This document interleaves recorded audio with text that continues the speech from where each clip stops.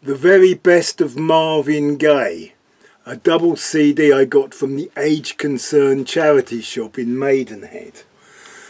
When Sexual Healing was released, to me it was the return of a legend that had been off the scene for a while. I had not been particularly interested in Marvin Gaye's What's Going On period, because that was the time when I only had ears for heavy rock.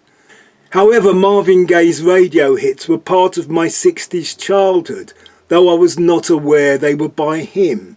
The Motown sound as a whole was also part of my childhood radio listening, though I was not aware that that was what it was.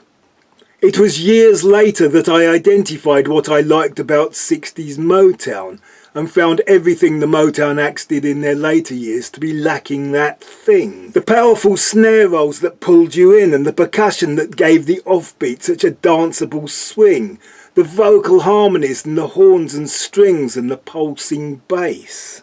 Marvin Gaye had some of the best of those typical Motown tracks, most famously How Sweet It Is, Heard It on the Grapevine, and some of his duets with Tammy Terrell, though my favourite duet was always It Takes Two, which he did with Kim Weston. I also particularly liked the song Too Busy Thinking About My Baby. So disc 1 of this set is right up my street.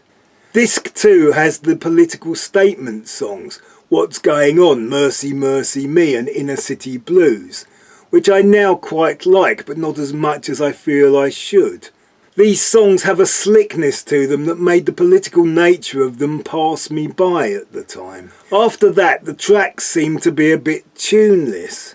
They just seemed to be smooth grooves with sexy, seductive vocals that seemed to be super smooth chat-up routines.